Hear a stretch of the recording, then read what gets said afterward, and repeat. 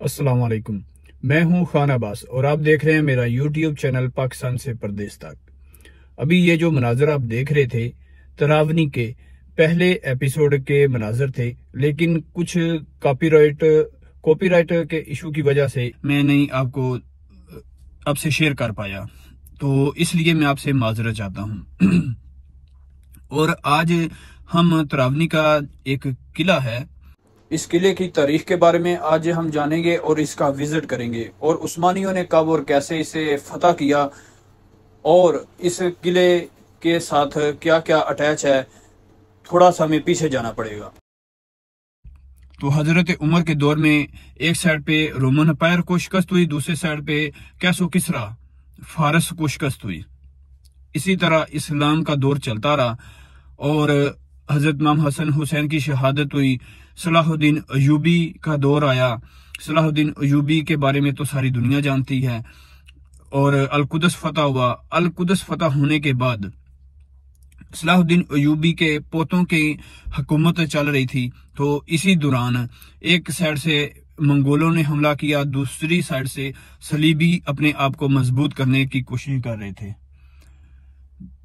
जब ये चीजें चल रही थी तो इन्हीं दौरान मुसलमानों का शरेजा फिर बिखर गया और सलाहुद्दीन अयूबी के पोते तो अपनी जगह पे अपनी हुकूमत कर रहे थे, लेकिन उनकी हुकूमत इतनी स्ट्रोंग नहीं थी कि वो दोबारा से उम्मत को संभाल पाते। तो अल्लाह ताला ने एक ग्रोह को भेजा, एक कुनबे को भेजा, जो अर्तुगरुल तुर्क के वालिद सुलेमान शाह की सरबराही में मुख्तलिफ जगहों से हिजरत करता करता वो आज के तुर्की में आ बसा। और अर्तुगरुल गाजी के ऊपर ड्रामा सीरियल भी बना तुर्की की तरफ से, वो आप बहुत सारे लोगों ने देखा होगा।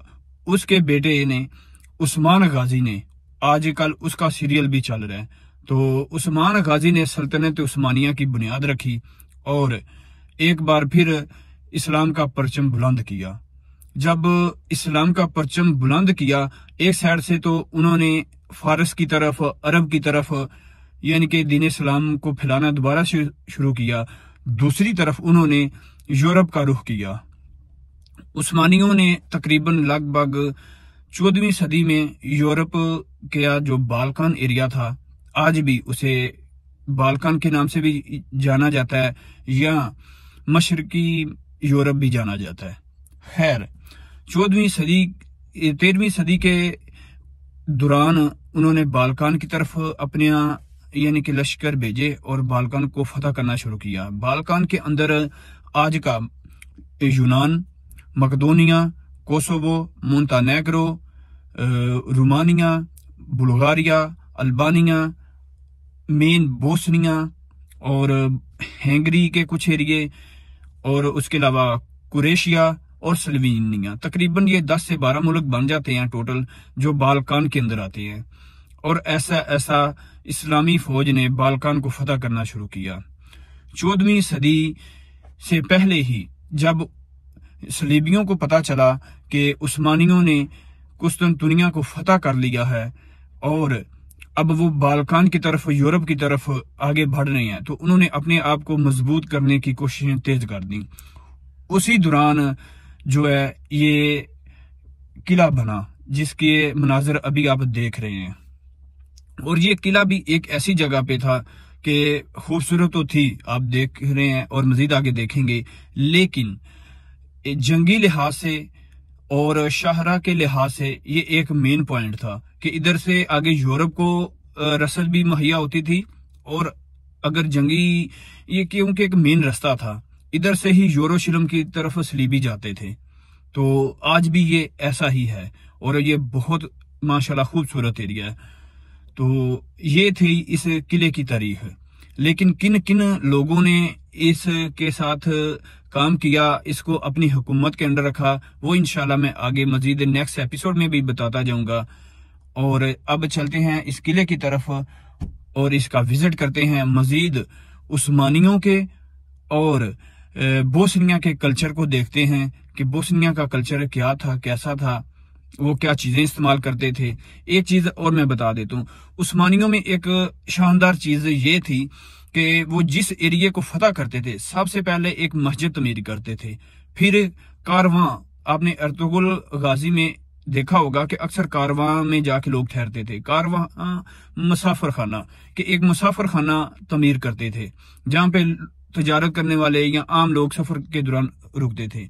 तीसरा वो ये करते थे कि जिस एरिया को फतह किया था उधर डेवलपमेंट बहुत करते थे, उधर मदरसा बनाना, मस्जिद तो पहले बनाते थे, मदरसा बनाना, उस दौर के हिसाब से जो तलीमी निज़ाम था वो करना, ताजरों को उधर लेके आना, उनके लिए हर सहूलत मैसर करना और पब्लिक में रल मिल जाना और इस्लाम की दावत देना, ये उनका शानदार काम था, जिसकी वजह से आज भी यूरोप में बहुत सारे इस्लामी मुल्क तो खत्म हो गए तकरीबन, और बहुत सारे हैं अभी। मैं इंशाल्लाह इन फ्यूचर उनका भी आपको विजिट कराऊंगा, तो उस्मानियों का विरसा आपको दिखाऊंगा। लेकिन ये चीज जो मेन चीज थी ये कि उस्मानियों का जो ये रवैया था या जो रवायत थी कि वो इस्लाम से बहुत अटैच थे, लोगों में इस तरह के ज़हनों में, ज़मीरों में बैठ गया कि उन्होंने अपनी जिंदगी को, पहले दिन को खत्म करके इस्लाम कबूल करना शुरू किया और आज तक वो लाके मुसलमानों के अंदर काबिज हैं।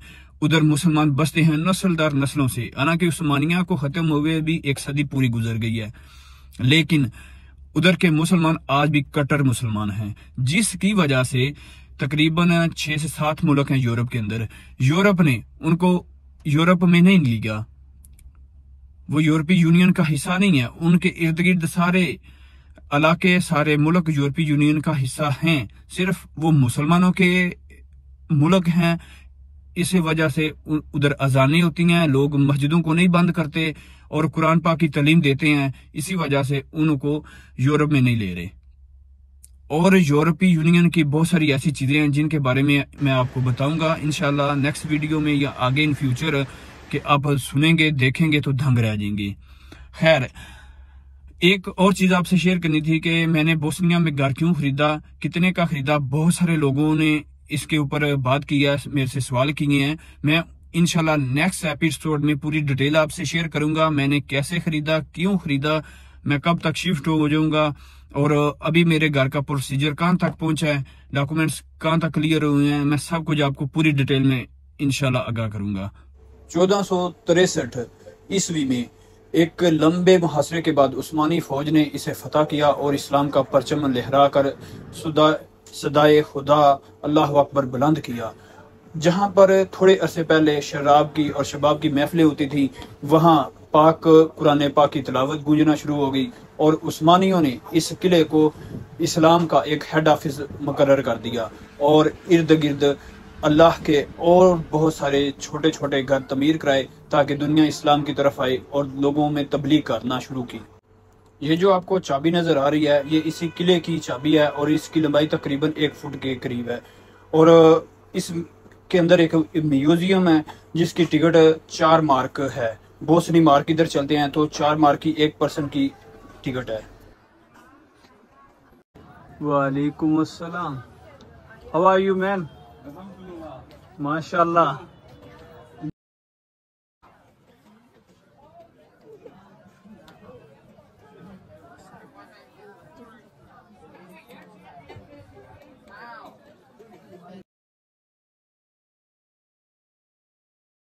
ये जो मेरे पीछे आप देख रहे हैं, ये इनकी ना एक शॉप है जो जाहिर कराती है कि ये लोग कितने मेहनती थे, क्योंकि इधर 99% अभी भी लोग हाथ से काम कर रहे हैं। बहुत कुछ ऐसा है जो हाथ से बनाया जा रहा है और इंशाल्लाह मैं आपको और भी इससे ज्यादा कुछ दिखाऊंगा। अभी भी इधर टूरिस्ट आ रहे हैं, पीछे अभी आपने देखे हैं, लेकिन अभी सीजन आउट हो चुका है तो इसलिए थोड़े कम है, लेकिन जब सीजन होता है तो इधर बहुत सारे टूरिस्ट आते हैं। इस्माइल,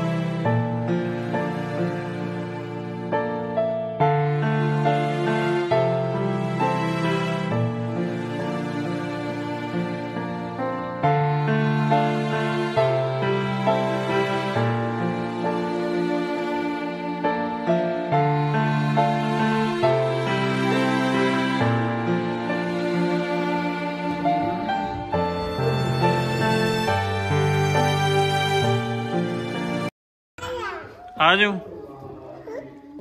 आ जाओ ऊपर।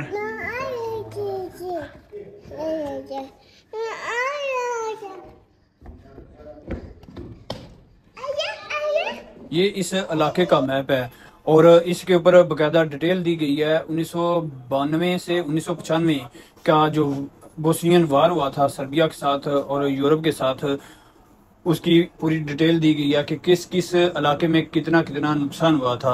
और नीचे जो आपने देखा है म्यूजियम में, ये सारा म्यूजियम ही है। इसके अंदर उन्होंने बोस्नियन कल्चर के मुताबिक जो उनकी ड्रेसिंग थी, जो उनके पहले दौर में या एक सदी पहले या इससे जितनी सदी पहले ही गुजरी हैं, उन के बर्तन और उनके औजार और उनके वो लोग जो मसलन इस मुल्क को बचाने की तगोदो करते रहे हैं, उनकी सारी डिटेल दी गई थी। और अब इसे जो कि इंटरनेशनल लेवल पर मंजूर कर लिया गया है और बाकायदा इधर इसे टूरिस्ट के लिए ओपन कर दिया गया है और पूरी दुनिया से अब इधर टूरिस्ट आते हैं। इंशाल्लाह ये अभी बहुत थोड़ा सा मैं आपको इसकी डिटेल बता रहा हूँ। इसके ऊपर 2 घंटे की वीडियो बन सकती है, लेकिन मैं आपको बहुत थोड़ी बता रहा हूँ। और ये जो है ये तोपें हैं, उस वक़्त भी ये इस्तेमाल होती रही हैं जंगों के दौरान, और आज भी इस्तेमाल होती हैं रमज़ान के लिए। जब रोज़ा इधर अफ्तार होता है तो बोस्निया में कल्चर है कि तोप का गोला जो है ना छोड़ा जाता है, तो पूरे शहर को और लोगों को और करीबी इलाकों को पता चल जाता है कि रोज़ा अफ्तार हो गया है।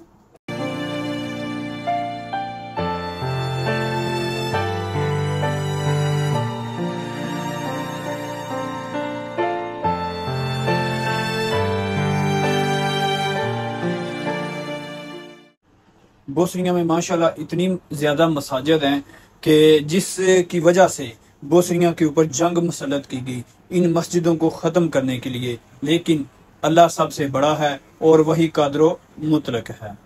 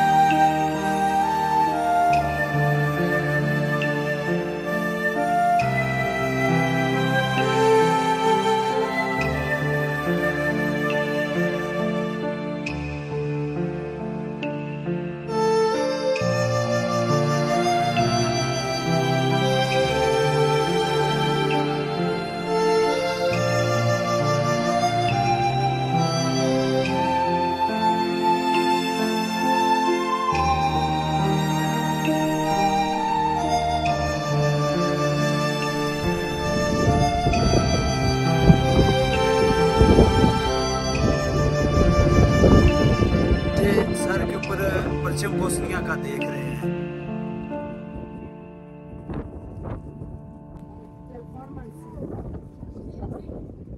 ये है मेरा बेटा इस्माइल।